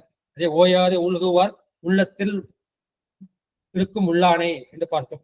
எனவே அகல் இடத்தார் மெய்யை, அகன்ற உலகத்தில் நிறைந்துள்ள அந்த மெய்ப்பொருளாகிய சிவத்தை, அண்டத்து வித்தை, இந்த அண்டங்களுக்கெல்லாம் வித்தாக இருப்பவனை. இந்த அண்டங்கள்லாம் எங்கேருந்து தோன்றுகின்றது அப்படின்னா, அந்த 36 தத்துவங்கள். 36 தத்துவங்களையும் வந்து எதில் இருக்கும்? அந்த மாயை, ஆணவம், கண்மம், மாயின்னு 3 மலம் சொல்றோம். இந்த மாயை வந்து சுத்தமாயி அசுத்தமாயி. இந்த சுத்தமாயிலிருந்து நமக்கு என்னது? 5 சிவ தத்துவங்கள் வந்து கிடைக்கின்றன. அப்புறம் அசுத்தமாயிலிருந்து 7 வித்யா தத்துவங்கள். இந்த பிரகிருதி மாயிலிருந்து 24 ஆன்ம தத்துவங்கள். எனவே இந்த மாயை தான் வந்து வித்தாக இருக்கின்றது, கிழங்காக இருக்கின்றது. அதை பெருமானுடைய கண்ட்ரோல் இருக்குது. எனவே அண்டங்களுக்கு வித்தாக இருக்கக்கூடிய அந்த மாயைக்கு தலைவனாக இருப்பவன். எனவே அண்டத்து வித்தை, அண்டங்களுக்கு வித்தாக இருப்பவனை புகலிடத்து எந்தனை போத விட்டானை. புகழ்னா என்ன? பெருமானி நீதான் புகழ், நீதான் சரணம், நீதான் அடைக்கலம். அடைக்கலத்தை பார்த்திருக்கோம். சரண்யபுரம்னு நம்ம புகழூரை பார்த்திருக்கோம். திருப்புகழூர், புகழூருங்கிறது அது சரண்யபுரம்னு சொல்லப்படும். பெருமானை சரணடைய வேண்டும். எனவே அவன் புகலிடத்து அடைக்கலமாக புகக்கூடிய இடத்திலே எந்தனை போக விட்டானே. எனவே இந்த ஆன்மாக்களுக்கு வந்து புகலிடம் எது? அது பெருமானுடைய திருவடி. எனவே பெருமானுடைய திருவடிக்கு அடைக்கலமாக போகக்கூடிய அந்த திருவடி இடத்திலே என்னை செல்ல விட்டவனை, போலிடத்து எந்தனை போத விட்டானே. பெருமான் வழிகாட்டினால்தான் அந்த திருவடிக்கனால போக முடிஞ்சது. நான் என்ன செய்வேன், உலகத்திலேயே நான் சுத்திட்டு இருந்திருப்பேன். அப்ப பொதிகையில போயிட்டு அகத்திய முனை கூட தமிழ் இலக்கணம் கேட்டுக்கிட்டு இருந்திருப்பேன். என்ன செஞ்சேன், எனக்கு பிடிச்ச ஆவடூர்ல வச்சு இந்த 1000 திருமந்திரத்தை எழுத வைத்தார். ஏன்னா திருவடி சார்பு எனக்கு கிட்டு விட்டது. போரிடத்து எந்தனை போத விட்டானே, பகலிடத்தும் இரவும் பணிந்து ஏத்தி. பெருமானை எப்படி வணங்க வேண்டும். நம்ம என்ன பண்ணோம், நம்ம காலம்பரம் அனுஷ்டானம் பண்றதுக்கு ஒரு நேரம் வச்சிருக்கோம், பூஜை செய்யறதுக்குன்னு நம்ம நேரம் வச்சிருக்கோம். இது ஆரம்பத்துல அது நமக்கு தேவைதான் படுது. காலம்பரம் முடிச்சோட குளிச்சு முடிச்சுட்டு நம்ம மந்திரம்லாம் சொல்லிட்டு அனுஷ்டானம் பண்ணிட்டு பூஜை செய்யறோம். சில பேர் காலம்பரம் மட்டும் பூஜை செய்வாங்க, சில காலம்பரம் ராத்திரி நேரம் பூஜை செய்வாங்க. சில பேர் 3 நேரம் செய்யக்கூடியவர்கள் இருக்கின்றார்கள். பகலிலும் இரவிலும் நமக்கு தெரிஞ்சது 2 பொழுதுதான், பகல் பொழுது இரவு பொழுது.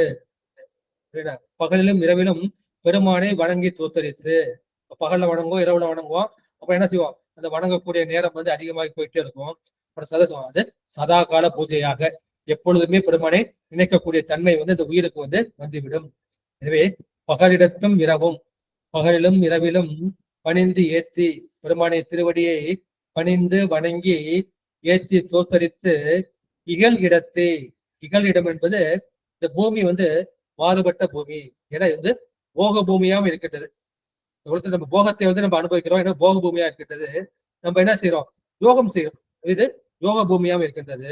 3வது எப்படி, இது கர்ம பூமி. கர்மத்தை எங்க செய்ய முடியாது, இந்த பூமியில தான் செய்ய முடியும்.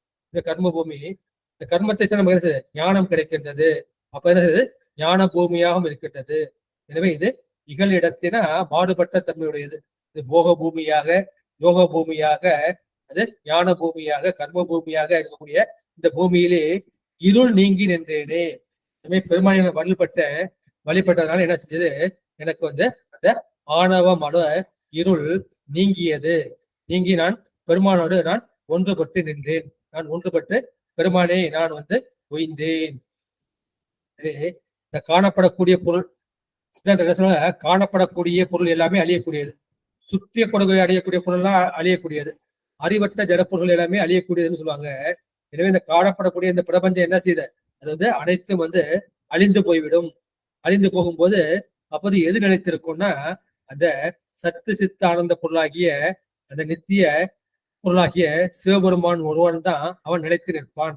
இதுதான் அகலிடத்தார் மெய்யை. அகலிடமாக இந்த அகண்ட உலகம் கூட அழிஞ்சு போயிடும், இந்த பெருமான் மட்டும்தான் மெய்யாக நிலைத்து நிற்பான் என்று சொல்வார்கள். எனவே அது தோன்றிய முறையெல்லாம் ஒடுங்கும். இப்ப பார்த்தோம், சிவம் சக்தி சதாசிவம் மகேஸ்வரம் சுத்தவித்து. சிவத்திலிருந்து சக்தி தோன்றும், சக்தியிலிருந்து சாதாக்கியம், சாதாக்கியம் மகேஸ்வரம், மகேந்திலிருந்து சுத்தவித்து. அப்புறம் காலம் நீதி கலை வித்தி ஆரகம் புருடன், இது வித்தியாசத்துவம். அப்புறம் என்ன செய்யும், ரொம்ப பிரகிருதி மாய், பிரகிருதி மாயிலிருந்து என்ன செய்யும், முதல்ல இந்த குணதத்துவம் என்று தோன்றும். குணதத்துவமாகி சித்தம் தோன்றும். கடைசியில் என்ன செய்யும், அந்த நிலத்துல போய் முடியும். நிலம் நீர் நெருப்பு காற்று ஆக இந்த பஞ்சபூதத்திலிருந்து. எனவே நாதம் முதலாக இல்ல சிவம் முதலாக அந்த பூமி ஈராக, இந்த நிலம் ஈராக இந்த 36 தத்துவம் என்ன செய்யும், அது ஒன்றுக்குள் ஒடுங்கும்.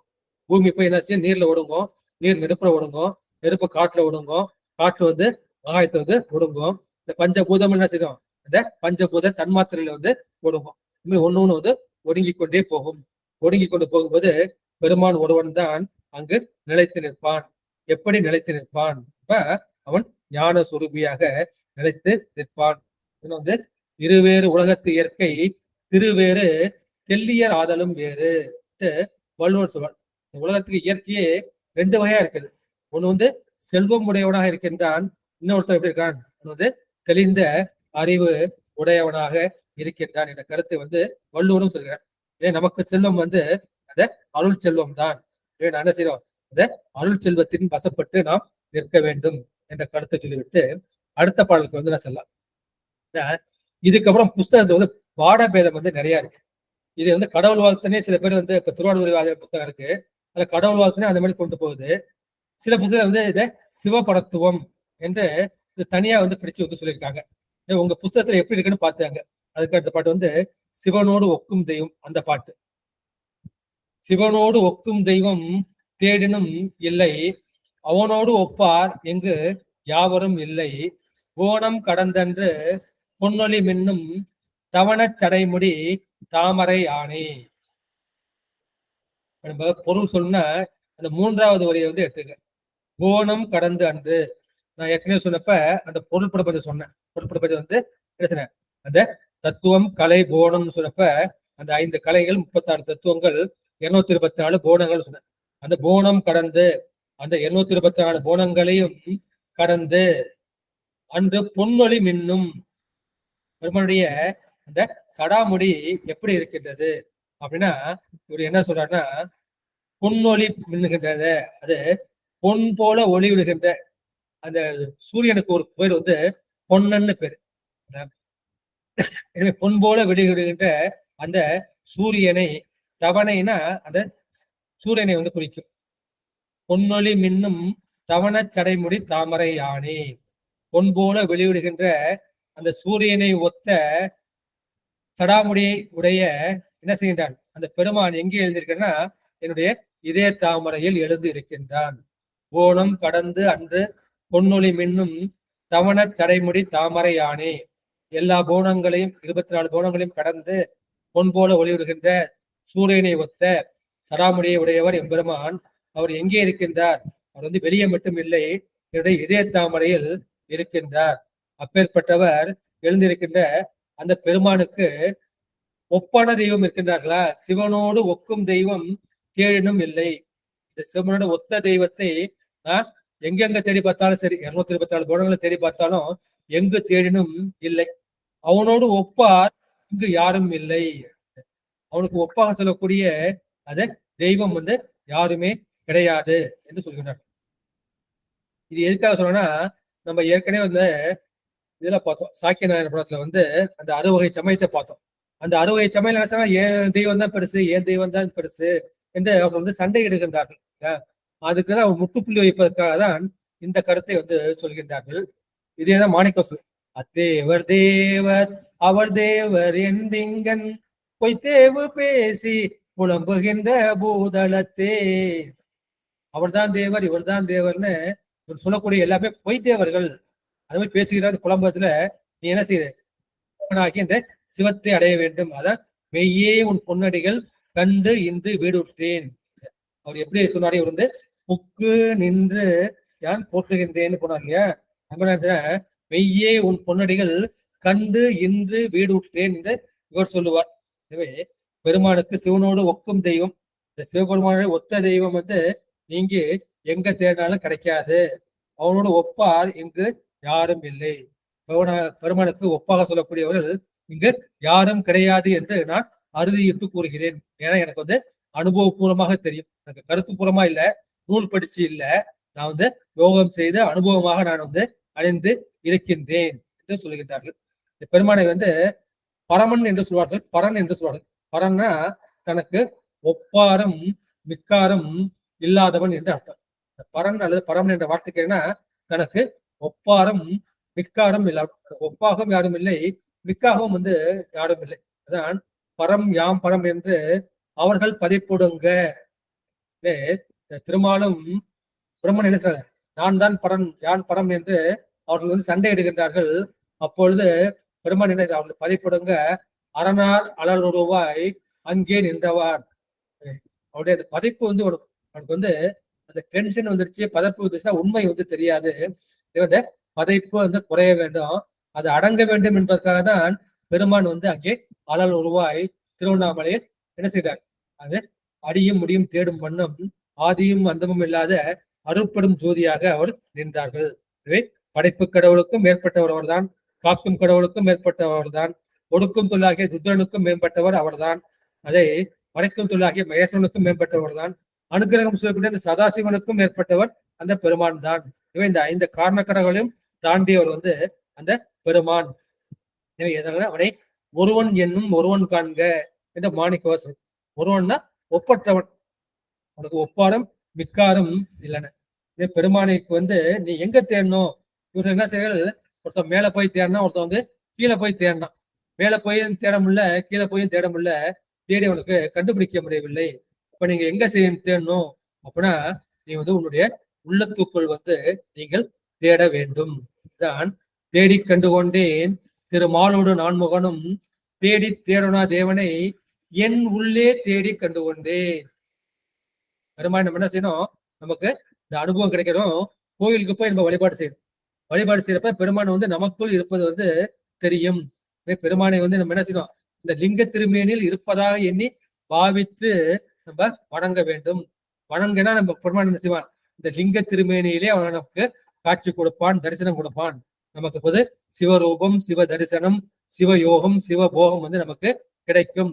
அந்த மாதிரி வழிபட்டவர் தான் நம்முடைய பட்டினத்தடிகள் என்று சொல்லக்கூடிய திருவெண்காட்டடிகள். அந்த வரலாறு உங்களுக்கு தெரியும். அவர் திருவிடைமருதூர்ல போய் அங்க வழிபாடு செய்து வந்து இருக்கின்றார். அப்போது வழிபாடு செய்யும் போது அவர் என்ன செய்கின்றார்கள், பெருமானே நின்னை காணா மாந்தர் தன்னை காணா தன்மையோரே என்று திருவிடைமருதூர் மும்முனி கோல செய்வார்.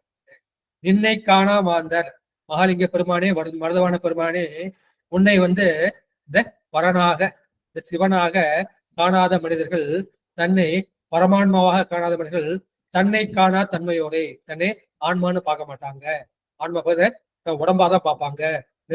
தன்னை காணா தன்மையோரே, நின்னை காணா மாந்தர் தன்னை காணா தன்மையோருன்னு ஒரு பாட்டு சொல்லுவார். இன்னொரு பாட்டுல என்ன சொல்லுவாரு, நின்னையும் கண்டேன் என்னையும் கண்டேன் பிறரையும் கண்டேன் என்று ஒரு பாட்டுல வந்து சொல்லுவார்.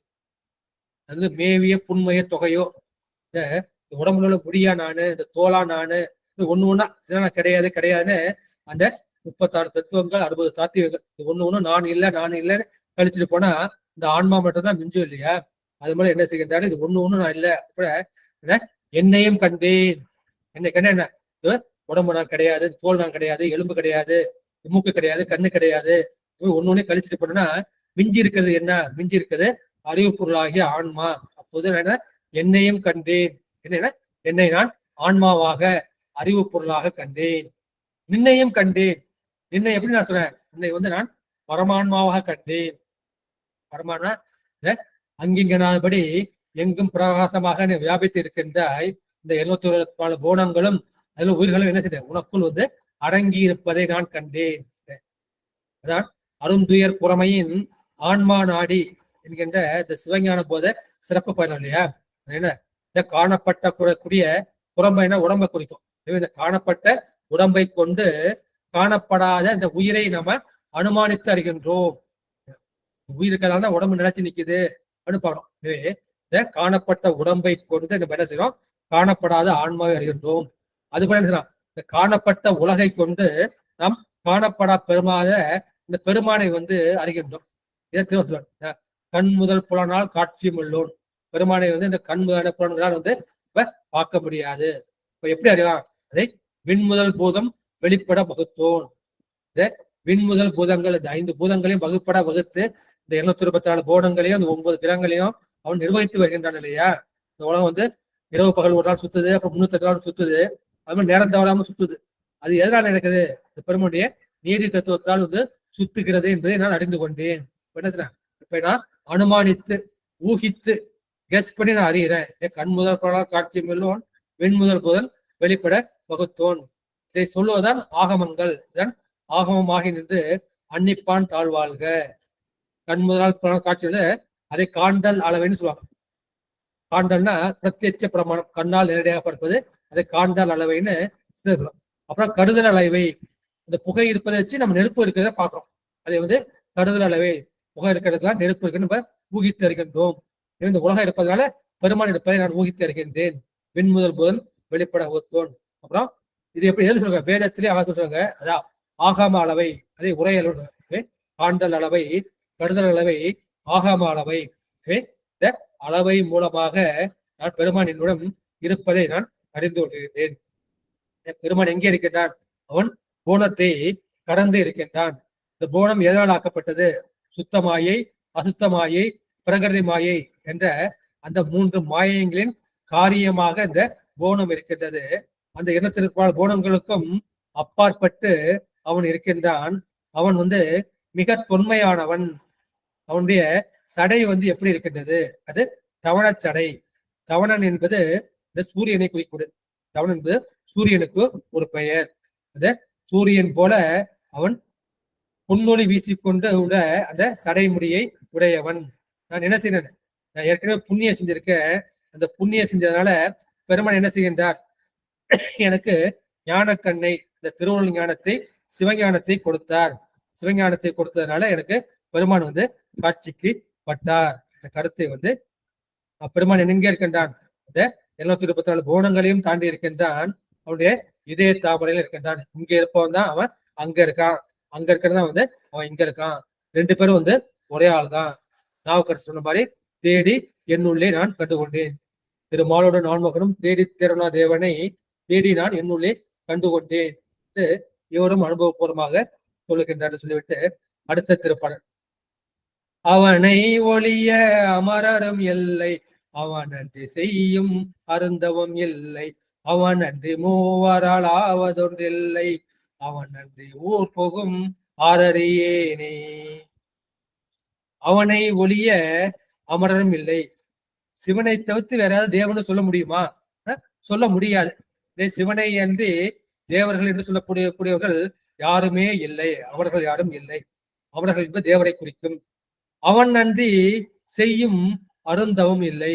எனவே அவனை அல்லாமல், அவனை தலைவனாக கொள்ளாமல் செய்யப்படக்கூடிய அருந்தவமும் இல்லை, அரிய தவம் எதுவும் இல்லை.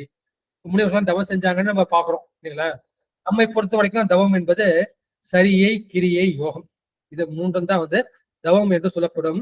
ஞானம் என்பது இந்த தவத்தின் பயனாக கிடைக்கக்கூடியது வந்து ஞானம். எனவே இந்த அருந்தவக சரியை செஞ்சாலும் சரி, கிரியை செஞ்சாலும் சரி, யோகம் செஞ்சாலும் சரி, அதுக்கு பெருமான் தான் வேண்டும்.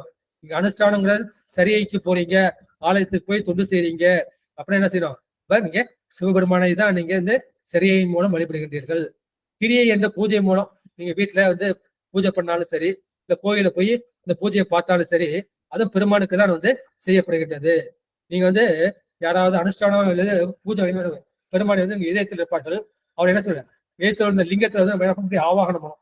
ஆவாகனம் பூஜை இதெல்லாம் பண்ணிட்டு, அபிஷேகம் எல்லாம் பண்ணிட்டு, தெய்வத்தெல்லாம் காமிச்சு மறுபடியும் யதாஸ்தானம் வந்து பண்ணிக்கும் பெருமானை உள்ளது. அது மாதிரி அப்பயும் வந்து பெருமானை தான் நம்ம இந்த கிரியைங்கிற பூஜையில வெளிப்படுறோம். யோகம் செய்யறப்ப நம்ம என்ன செய்யறோம்? அந்த இளநாடி பிங்கள நாடியை தவிர்த்து நடுநாடிக சுழுமுனை நாடி இந்த மைய நாட்டுல போடும்போது படிப்படியாக சென்று நேசுவோம். பெருமானை வந்து இங்க வந்து தரிசிப்போம். இங்க விநாயகர், பிரம்மன், திருமால், மகேஸ்வரன், ருத்ரன், மகேஸ்வரன், சதாசிவன், அப்புறம் வந்து சிவன், இங்க வந்து பரசிவன் என்று நம்ம பெருமானை வந்து யோகத்திலே சரி, பெருமானை என்று செய்யக்கூடிய தவம் வந்து எதுவுமே கிடையாது. அவன் அன்றி மூவரால் ஆவது ஒன்று இல்லை. மூவர்னா என்ன? பிரம்மா, விஷ்ணு, ருத்ரன். படைக்கக்கூடிய பிரம்மா, காக்கக்கூடிய விஷ்ணு, அழிக்கக்கூடிய ருத்ரன். எனவே இந்த பெருமானை என்று, சிவபெருமானை என்று மூவரால், பிரம்மா, விஷ்ணு, ருத்ரர்கள் என்று சொல்லக்கூடிய 3 தேவர்களால் செய்யக்கூடிய செயல் எதுவும் கிடையாது. எனவே அவளுக்கும் தனிப்பட்ட செயல் வந்து எதுவும் கிடையாது. பெருமான் வந்து அந்த செயலை அவர்களுக்கு கொடுத்திருக்கின்றான். அந்த போஸ்டுக்கு அவர்களை வந்து அப்பாயிண்ட் பண்ணியிருக்கான்.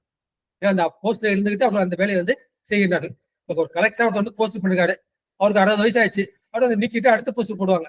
அது மாதிரி அந்த போஸ்டுக்கு வந்து பெருமான் வந்து கொடுத்து இருக்கின்றார்கள். பெருமான் கொடுத்த போஸ்ட் தான் அந்த 3 தேவர்கள். அந்த 3 தேவர்களால் முடியக்கூடிய செயல் வந்து அந்த ஒன்றும் இல்லை.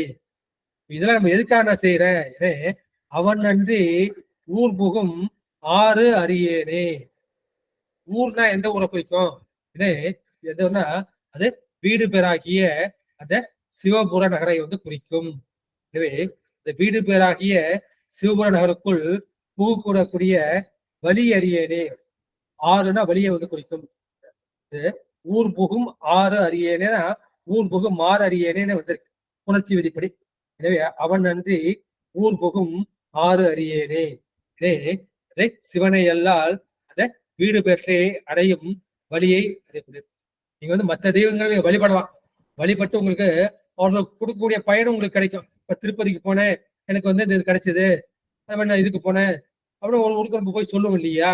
அது மாதிரி அவர்களுக்கு மூலமாக கிடைப்பது யார்னா அது பெருமான் தான் அவர்கள் மூலமாக அருள் செய்கின்றான்.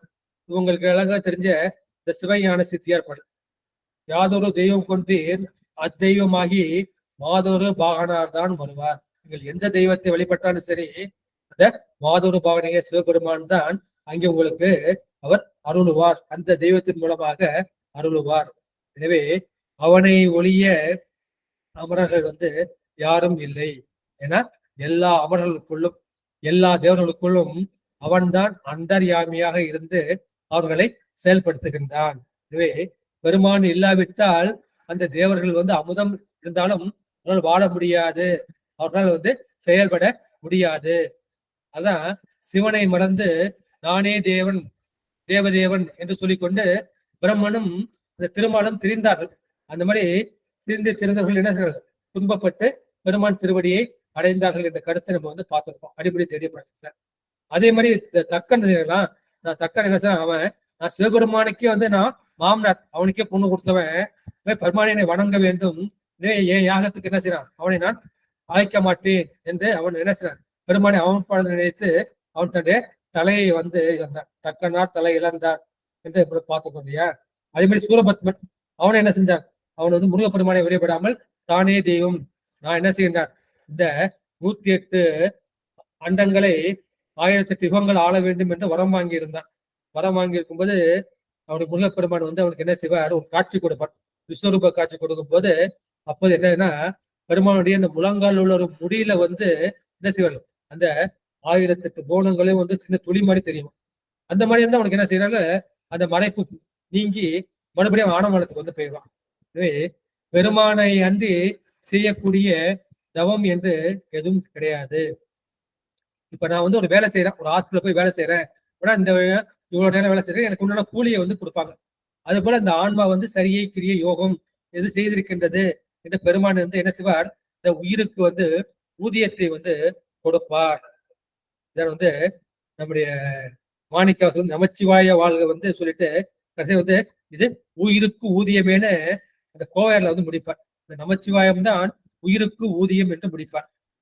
எனவே பெருமான் இந்த உயிர் செய்த அந்த உழைப்பை அறிந்து சரியை கிரிய யோகத்தை அறிந்து அதற்கு ஊதியத்தாக என்ன கொடுப்பார், பதமுக்தி கொடுப்பார் அல்லது பரமுக்தி கொடுப்பார். பதமுக்தினா சாலோகம், சாமீபம், சாரூபம். சாலோகம்னா சிவலோகத்தில் போய் வாழ்வது. சாமீபம்னா பெருமானுக்கு அணுக்க தொண்டனாக, எப்படி நம்முடைய சுந்தரர் அணுக்க தொண்டராக வாழ்ந்தாரோ சாமீபம். சாரூபம், பெருமானை போல ரூபம், சுந்தரருக்கும் சிவபெருமானை போல ரூபம் இருக்கும். சாரூபம். இது மூன்றுமே பதமுக்தி. இதுவும் அழிங்கக்கூடியது, நீங்கக்கூடியது பழைய காலத்தில். எனவே சாலோகம், சாமீபம், சாரூபம் என்கின்ற அந்த 3 பதமுக்தியை கொடுப்பார். அப்புறம் சாயுஜ்யம் என்கின்ற அந்த பரமுக்தியை, மீண்டும் இந்த உலகத்துக்கு வராத அந்த நெறியை கொடுக்கக்கூடிய அந்த வீட்டு முக்தியும் பெருமான் கொடுப்பார். நம்முடைய சரியை கிரியை யோகம் மூலமாக நமக்கு என்ன செய்யறார், இந்த ஆணவ மூலம் பரிபாகமாகி மல பரிபாகமாகி இருவினை ஒப்பு சத்தினிபாதம் இந்த அருள் சக்தி நம் உயிரில் பதிந்து அது மந்ததரம், மந்தம், தீவிரதரம் சத்தினிபாகம் பெருமான் நமக்கு மாணிக்கவாசருக்கு எப்படி தன் திருவடியில் இடம் கொடுத்தாரோ அது போல நமக்கும் பெருமான் திருவடியில் கிடைக்கும். பெருமானின் திருவடிதான் இந்த ஆன்மா லயமாகக்கூடிய இடம். அதான் ஆன்மா லயமாகக்கூடிய ஆலயம். அதான் ஊர் புகும் வழி. அதை நாம் அறிய வேண்டும்.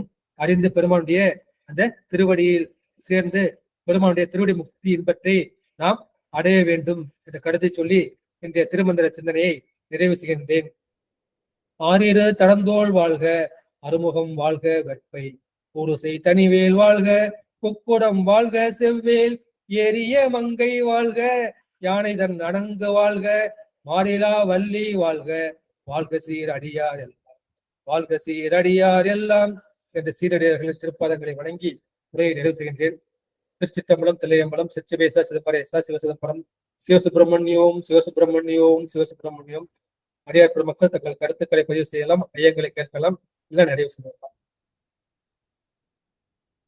சிவாய நம்ம திருச்சிற்றம்பலம். ஐயா, ஒரு சின்ன சந்தேகம்.